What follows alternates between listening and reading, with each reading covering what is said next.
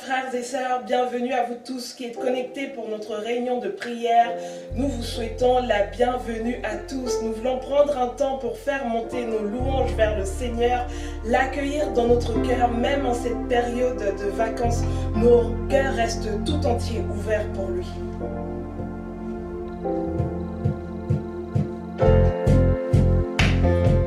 On vous invite à taper des mains depuis chez vous.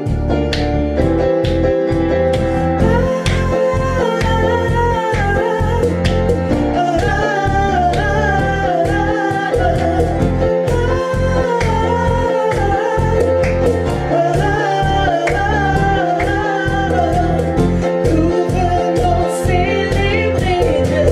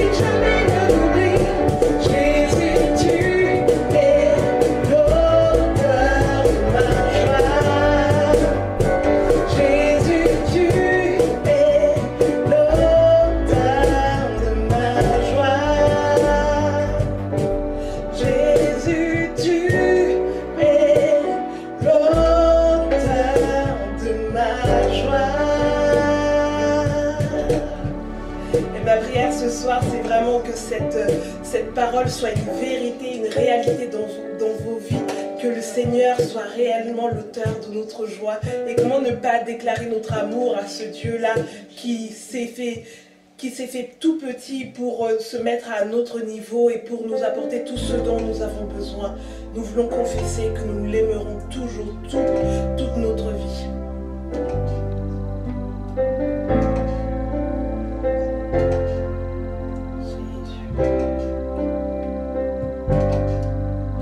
Toi mon Père dans le ciel, toi mon pain quotidien, garde-moi sous ton aile, aujourd'hui comme demain. Alléluia. Merci Seigneur, merci au Dieu de ta présence. Toi la lumière du monde, viens éclairer ma vie, que ta présence inonde mon âme et mon esprit. Dis-le, je te louerai. Je te louerai toute ma vie. Je chanterai ton grand amour. Je te louerai toute ma vie. Je t'aimerai toujours.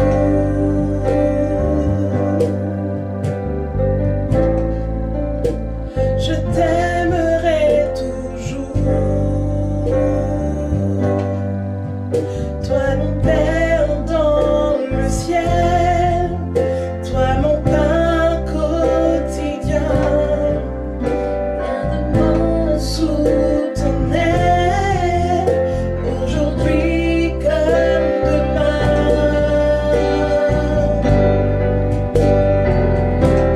Je te louerai toute ma vie. Je chanterai ton grand amour. Je te louerai toute ma vie. Je t'aimerai toujours. Je te louerai une dernière fois. Je te louerai toute ma vie. Je chanterai ton grand amour. Je te louerai toute ma vie. Je t'aimerai toujours.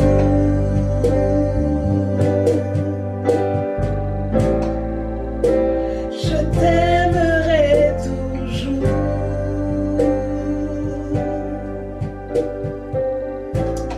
Béni sois-tu Seigneur, on te rend grâce pour tes bontés. On te dit merci pour ta grâce et ta faveur sur chacune de notre vie. C'est notre flamme Seigneur que nous voulons faire monter vers toi. C'est notre amour pour toi Seigneur que nous voulons témoigner au monde entier Seigneur. Reçois favorablement les louanges qui montent des maisons Seigneur en cet instant. Tu es digne de louange, tu es digne d'être béni, tu es digne d'être célébré, tu es digne d'être loué, tu es digne d'être élevé au-dessus de tout. Que ton nom Père éternel soit glorifié. Gloire, honneur et louange te soient rendus Seigneur Jésus. Amen. Bienvenue à toutes et à tous, à vous tous qui nous rejoignez ce soir à la fin de cette journée pour vous retrouver avec nous autour de la parole du Seigneur. Et puis ceci en préparation de notre moment de prière de tout à l'heure, parce que pour nous la prière n'est pas une intention, c'est quelque chose de concret. C'est quelque chose de mesurable, quelque chose de tangible, et c'est tout à l'heure, entre autres bien sûr, mais c'est tout à l'heure après notre méditation par le biais du lien Zoom que vous avez reçu ou que vous pouvez encore demander sur notre page Facebook ou même sur notre site internet en répondant à la page de contact. Voilà, nous sommes prêts à plonger dans la parole, mais nous ne faisons pas ça sans d'abord prier le Seigneur de nous conduire. Alors, si vous voulez vous recueillir avec moi, nous prions un instant. Seigneur, c'est une grâce pour nous de savoir que tu marches devant nous, que tu es le bon berger qui ouvre la voie, qui fait fuir nos ennemis.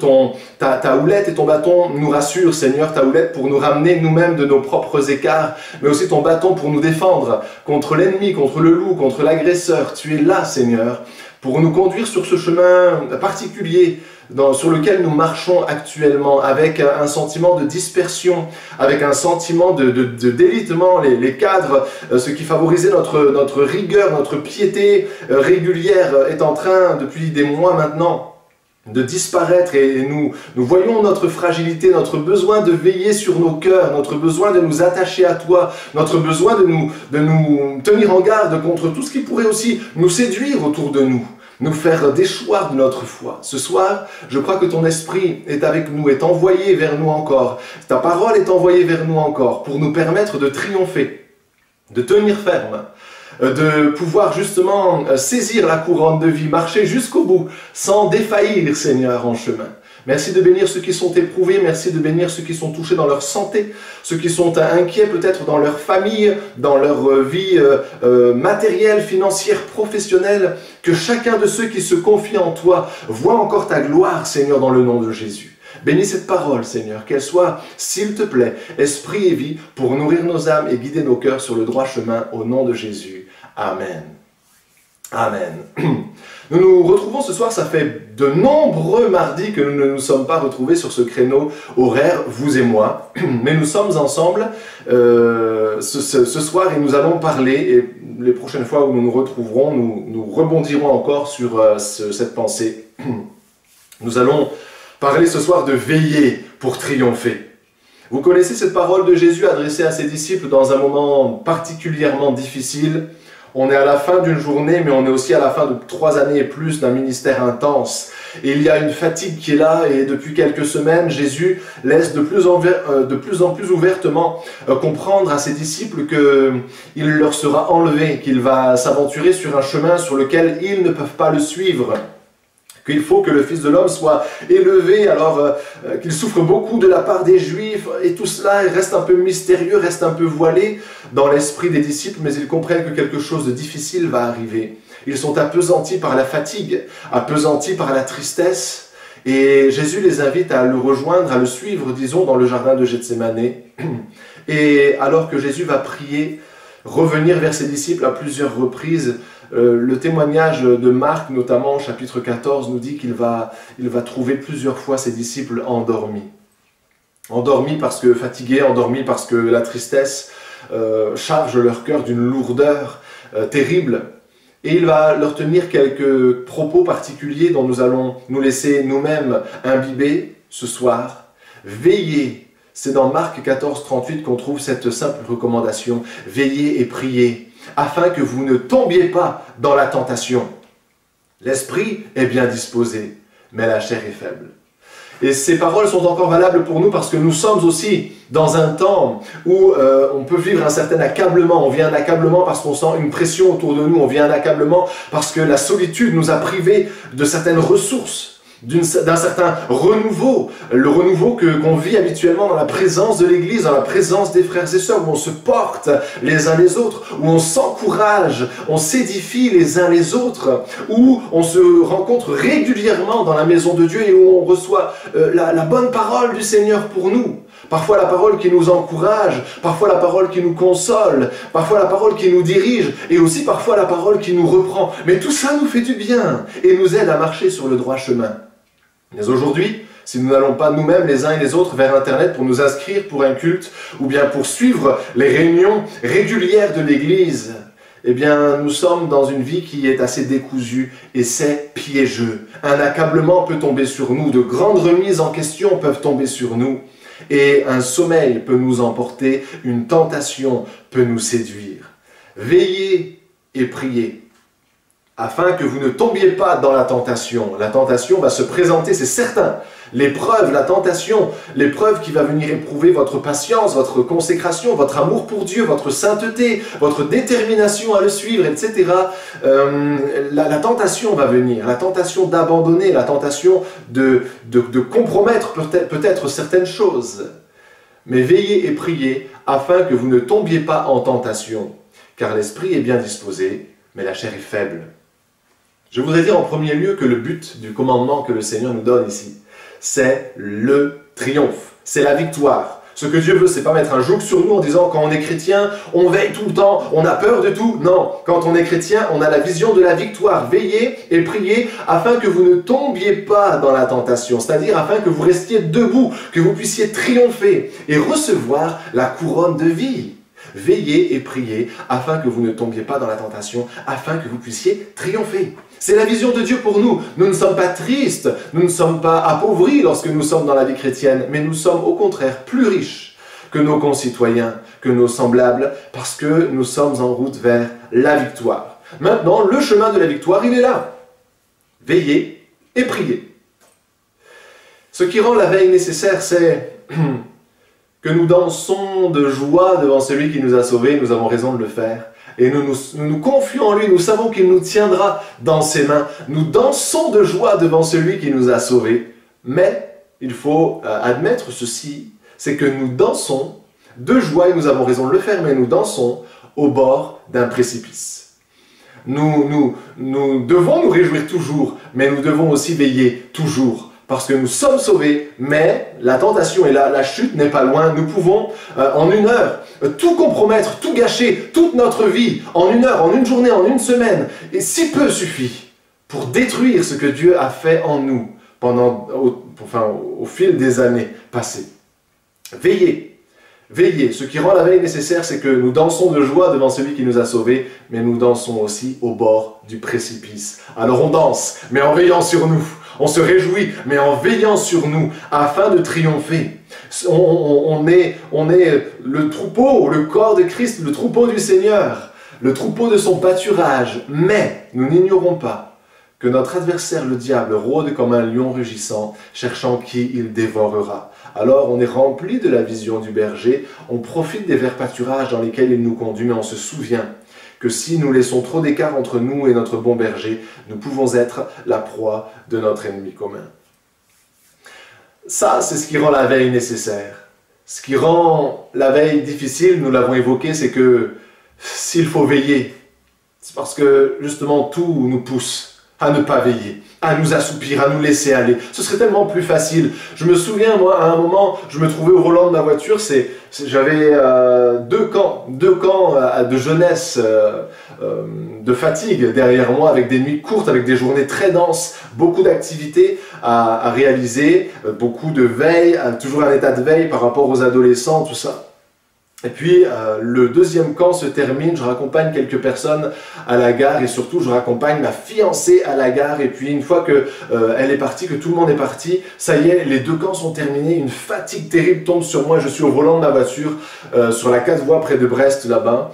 Et puis, je me souviens très bien qu'à un moment, la fatigue était telle que je conduisais ma voiture, je luttais pour garder mes yeux ouverts, mais des sortes de mensonges rentraient dans mon esprit. C'était comme si j'avais tellement besoin de dormir que tant pis, j'ai qu'à lâcher le volant. C'est sûr que je vais aller dans le talus, mais dans le talus au moins je pourrais dormir. Même si ça fait mal, même si je suis blessé, au moins à l'hôpital je pourrais dormir. Et la fatigue était tellement intense sur moi que la tentation de dire oui à l'accident, de dire oui à la folie du sommeil au volant, la tentation était là. Je m'en souviens encore comme si c'était hier. Et si le Seigneur nous dit veillez, c'est parce que justement, le contexte dans lequel nous sommes nous pousse à ne pas veiller. La fatigue est là, la tristesse est là, les disciples étaient dans la tristesse de tout ce que le Seigneur leur avait dit. Je m'en vais, vous ne pouvez pas venir là où je vais, quoi. Mais on a tout laissé pour te suivre et qu'est-ce qui va advenir de nous? Qu'est-ce qui se passe? N'es-tu pas vraiment le Messie? Il y avait un grand questionnement dans le cœur des disciples, comme il peut y avoir dans chacun de nos cœurs de grands questionnements actuellement par le biais de cette crise sanitaire qui est bien plus qu'une crise sanitaire en réalité. Questionnements qui sont là, qui font que on a envie de... puisqu'il n'y a pas la vie d'église, puisqu'on ne peut pas prenons une pause, dormons un peu, prenons un peu de recul, reconsidérons les choses d'un autre angle. Allez, on va s'assoupir un peu. Et le Seigneur vient et il dit non, non, non, veillez et priez, car l'esprit est bien disposé, mais la chair est faible. Il y a cette situation de faiblesse. Sachez-le bien, dit Jésus dans Matthieu 24, 43, si le maître de la maison savait à quelle heure ou à quelle heure de la nuit le voleur doit venir, il veillerait, le propriétaire de la maison. Il veillerait, il ne laisserait pas percer sa maison. De même, lorsque le Seigneur dit veiller et prier, il parle à des gens qui sont au milieu de la nuit. C'est parce que c'est la nuit, c'est parce que le contexte est défavorable qu'on a besoin d'être exhorté à veiller encore. Veillez parce que les bonnes dispositions, la bonne volonté, les bonnes dispositions de l'esprit ne suffisent pas. Il ne faut pas se laisser leurrer par les bonnes dispositions d'esprit. Nous sommes tous pleins de bonne volonté. Ah, moi, un jour, je ferai ça. Moi, je veux marcher dans la droiture. Moi, je veux être fidèle au Seigneur. Moi, je veux aller au ciel. Mais le Seigneur dit, hey, réveillez-vous. La bonne volonté ne suffit pas. Tous ceux qui veulent aller au ciel n'iront pas au ciel. Tous ceux qui veulent, qui ont une vision pour rester purs ne restent pas purs. Il ne suffit pas de vouloir une chose pour la posséder. On le saurait sinon. L'esprit est bien disposé, mais la chair est faible. Et c'est pour ça qu'il faut veiller. Regardez le résultat de ce sondage qui a été fait dans un pays à la culture, je dirais, post-chrétienne. C'est un constat sérieux qui a été fait. Un sondage qui a été lancé dans la population d'un pays post-chrétien, je ne vous dirai pas lequel cette fois-ci. C'est George Gallup qui est reconnu dans le monde du sondage pour toutes ses études. C'est un statisticien, c'est un institut de sondage reconnu au niveau international. Et il est intervenu dans un congrès de pasteurs, un congrès national de pasteurs. Et voici ce qu'il a dit. Nous reconnaissons, au travers des sondages, qu'il y a très peu de différence dans les comportements éthiques entre ceux qui fréquentent les églises et ceux qui ne sont pas des croyants pratiquants. Le niveau de mensonge, le niveau de tricherie, le niveau de vol sont remarquablement similaires dans les deux groupes. Vous entendez ce que dit ce gars-là, cet homme-là? Il dit, on s'aperçoit en sondant les choses que les chrétiens qui se disent chrétiens n'ont pas dans leur comportement des comportements, une éthique qui est à la hauteur de ce à quoi ils prétendent. Ils ont la volonté d'être chrétiens, ils s'affichent comme chrétiens, mais il n'y a pas de différence dans leur pratique. Et le Seigneur qui nous juge non pas à notre étiquette, mais à nos œuvres et à la pureté de nos cœurs, pureté que nous ne pouvons recevoir et posséder durablement que grâce à Jésus-Christ.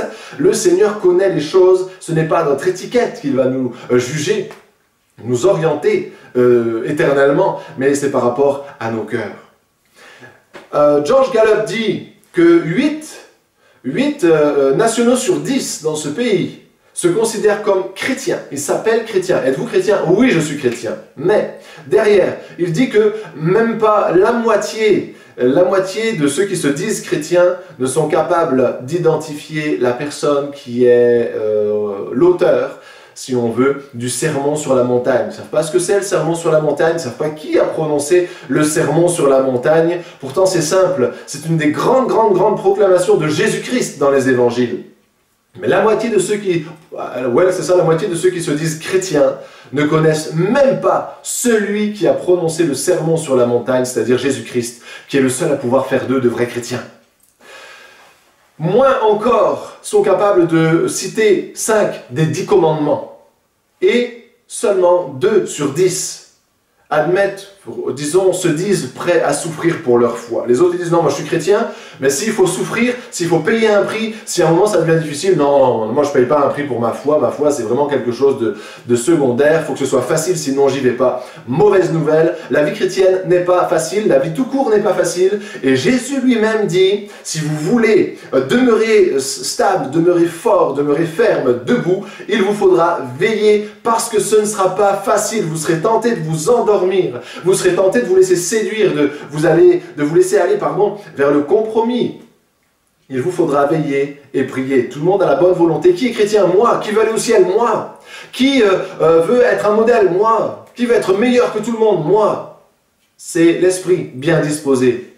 Mais la chair est faible. Et dans les chiffres, dans les fruits, on voit effectivement que la chair est faible. Veillez parce que le contexte est défavorable. J'aimerais pouvoir me relâcher, vivre avec légèreté, insouciance, selon ce que mon cœur me dicte et savoir que je ne cours aucun danger, sans que ça porte à conséquence. Mais c'est impossible. Veillez, c'est vital. Proverbe 6:10 dit « Un peu de sommeil, un peu d'assouplissement, un peu croiser les mains pour dormir. Seigneur, je fais une pause. Être chrétien, c'est d'abord une relation avec toi, c'est pas aller à l'église ou c'est pas suivre des cultes sur internet. Alors je vais faire une pause et je vais me faire ma vie à moi, mon programme à moi, juste un petit peu. Et puis ça va être un peu ma façon d'être chrétien à moi. Un peu croiser les bras, un peu de sommeil, un peu d'assouplissement. Et la pauvreté spirituelle. La pauvreté te surprendra comme un rôdeur. Et la disette, le manque, la famine, comme un homme en armes qui tombe sur toi, qui cherchait juste l'occasion de tomber sur toi. Le contexte est défavorable. Il faut veiller. Ils sont nombreux, nos ennemis. Autour de nous, ce ne sont pas des personnes, mais ce sont des tentations, ce sont des fragilités, des faiblesses. Ils sont nombreux, nos ennemis. C'est le diable lui-même avec tous ses pièges. Et il faut veiller. Veiller aussi à cause des pièges de la routine. J'ai entendu dire, il y a quelque temps, que la majorité des accidents de la route avaient lieu sur les trajets les plus communs du quotidien, du type domicile, travail, domicile, école, par exemple. C'est là que la majorité des accidents survient, parce que c'est là qu'on fonctionne avec le plus d'automatisme. On y va, on prend la voiture, moi je me souviens avoir fait de la route, arriver à l'endroit où je devais aller et n'avoir même pas eu conscience de rouler tellement on est embarqué dans les pièges, parce que c'est un piège, dans les pièges de la routine. Les automatismes de la routine, on connaît tellement bien la route, on l'a fait tellement plusieurs fois par jour qu'on arrive, on dit « Oups, je suis arrivé, j'étais même pas presque conscient de rouler. Si c'était passé quelque chose, mais comment j'ai fait pour arriver là ?» Attention au piège de la routine. Un panneau a changé, une priorité a changé, un contexte, quel qu'il soit, a changé sur cette route à laquelle nous sommes tellement habitués, à laquelle nous ne prêtons aucun danger parce qu'on la connaît tellement bien que tout d'un coup, le drame va avoir lieu avec nous, un habitué, mais un habitué tellement tombé dans les pièges de la routine qu'il n'aura pas su s'adapter à un simple changement, peut-être de limite de vitesse ou de priorité quelque part. Veillez, veillez, veillez, veillez parce que Dieu est vivant, parce que Dieu nous parle, parce que Dieu est fidèle, mais nous, on oublie si vite. On oublie si vite. Je me souviens qu'un jour, il y a maintenant assez longtemps, je devais prendre une décision, enfin en tout cas je savais que mon avenir allait m'amener vers un changement assez important, un déménagement, tout ça, au fil de ma formation pastorale. Et parce que le changement approchait, parce que la date approchait, je me suis mis en prière, j'ai demandé au Seigneur de me conduire, et à un moment je me souviens que le Seigneur m'a répondu bien avant que le moment du changement arrive. Et j'ai reçu une parole de Dieu dans mon cœur. Mais cette parole, je m'en souviens encore, elle me disait, cette fois-ci, ce n'est pas à toi de conduire ta voie, c'est moi qui te guiderai au travers des hommes, des gens qui sont autour de toi, des responsables qui sont autour de toi. Toi, tu te tais et tu vas sur le chemin que j'ouvrirai devant toi. Alors, ça m'a contrarié, parce qu'on aime tous aller là où on veut aller et pas où d'autres veulent qu'on aille. Mais j'ai dit, Seigneur, si c'est toi qui parles, ben on y va. Et puisque j'avais eu ma réponse, j'ai cessé de prier pour ce sujet-là. Et j'ai vaqué tout à nouveau à mes occupations quotidiennes. Et j'en avais, comme vous. Et le temps a passé, les semaines ont passé, les mois ont passé, et puis j'ai oublié la parole que le Seigneur m'avait donnée. J'ai oublié, et parce que j'ai oublié la parole que le Seigneur m'avait donnée, parce que je n'ai pas veillé, parce que je n'ai pas écrit, parce que je n'ai pas gravé, non pas dans le marbre, mais au moins écrit sur le papier, eh bien, ça s'est envolé, ça s'est évaporé, et je ne savais plus, je n'avais plus conscience de cette parole que le Seigneur m'avait donnée. Alors, je suis retourné sur le chemin de la prière, j'ai dit, Seigneur, il y a des changements qui arrivent, qu'est-ce que tu veux pour moi? Qu'est-ce que je fais? Comment je dois voir les choses? J'ai refait la même prière, sans me rappeler que je l'avais faite quelques mois auparavant, et que j'avais eu la réponse. Il est arrivé un moment où un jeune pasteur visiteur est arrivé. Nous avons passé le culte ensemble, nous avons mangé ensemble le midi avec quelques autres. Et pendant ce temps de midi, il prend la parole comme ça, il me dit « Ce matin, je lisais la Bible et j'ai eu à cœur que telle parole était pour toi. » Il me donne une référence. Alors je prends un papier, je dis « Ok, merci, je vais lire ça. » et je prends la référence, je mets dans la poche, on va à la réunion, c'était un dimanche, alors on va à la réunion l'après-midi aussi, et puis sortant de la réunion, le soir assez tard, j'arrive chez moi, et puis je déploie le petit papier, j'ouvre ma Bible, je regarde le verset en question, et je retombe sur un autre texte, mais la même essence, la même parole, le même esprit est là, et me dit, Jonathan, voilà la réponse pour ton avenir, c'est pas à toi. C'est pas à toi de décider de ton avenir, c'est moi qui vais ouvrir une voie, c'est moi qui vais ouvrir une porte, et toi, tu iras là où on te dira d'aller. Et c'est comme ça que je me suis rappelé, j'ai dit, mais c'est exact, mais c'est ça, j'avais déjà prié pour ça, j'avais déjà reçu la réponse, oh Seigneur, merci pour ta parole qui vient me confirmer les choses, mais pardon d'avoir été aussi léger, parce que j'ai pas veillé sur la parole que tu m'avais donnée, j'ai réussi à l'oublier et à reprendre le chemin à zéro, pardon pour ça. Nous avons besoin de veiller, sinon au jour de la tentation, au jour du changement, on va faire tout et n'importe quoi. Pourquoi? Parce que nous n'aurons pas veillé sur la parole que le Seigneur nous aura donnée. Alors attention à tout ça, veillons et prions afin de triompher. Je voudrais, avant que nous allions vers notre moment de prière, prier un instant déjà avec vous ici. Priez en rapport avec cette parole, vous inviter à vous recueillir, parce que ce n'est pas seulement ceux qui entendent parler de veiller qui vont triompher, ce sont ceux qui vont aller sur le terrain de l'action, de la pratique. Ce sont ceux qui vont veiller concrètement, qui vont triompher. Et je voudrais prier avec vous pour que nous puissions répondre à cet appel que le Seigneur Jésus nous adresse, veiller pour triompher. Qu'est-ce qu'on dit, vous et moi? On dit quoi? Seigneur, c'est dur de veiller, je ne veux pas veiller, je suis désolé. Ou bien est-ce qu'on dit, oui Seigneur, je vais veiller, c'est pas facile, mais je prends conscience au travers de ta parole de la nécessité de veiller et je vais le faire. Alors nous prions, vous et moi ensemble, pour entériner cette décision devant le Seigneur. Alléluia. Merci d'être là, Seigneur, non pas seulement comme quelqu'un qui nous donne un livre et qui s'en va, mais comme quelqu'un qui nous parle au travers de la parole, dont les regards sont toujours sur nous, dont l'oreille est toujours attentive à nos voix. Seigneur, merci d'être là. Merci pour cette parole qui nous met en garde contre les dangers de l'assoupissement dans cette période dangereuse que nous vivons. Dangereuse par rapport à l'assouplissement, par rapport à l'abattement, par rapport à des grandes remises en question, par rapport à la fragilité que partagent tous ceux qui sont dans la solitude ou l'isolement. Bénis ce moment, Seigneur, pour tous ceux qui sont avec moi. Seigneur, nous avons parfois les uns et les autres voulu une vie chrétienne facile, une vie dans laquelle il suffit de se laisser aller. Il suffit de se laisser aller conduire par nos pensées naturelles, par les courants qui s'exercent autour de nous, par la pensée du plus grand nombre, et nous voyons que ce n'est pas ça du tout. Il y a absolument besoin de veiller pour nous sur nos voix, sur nos cœurs, sur nos sentiments, sur nos directions, sur nos affections, sur nos motifs profonds, sur notre cœur, sur notre pureté, sur notre relation avec toi.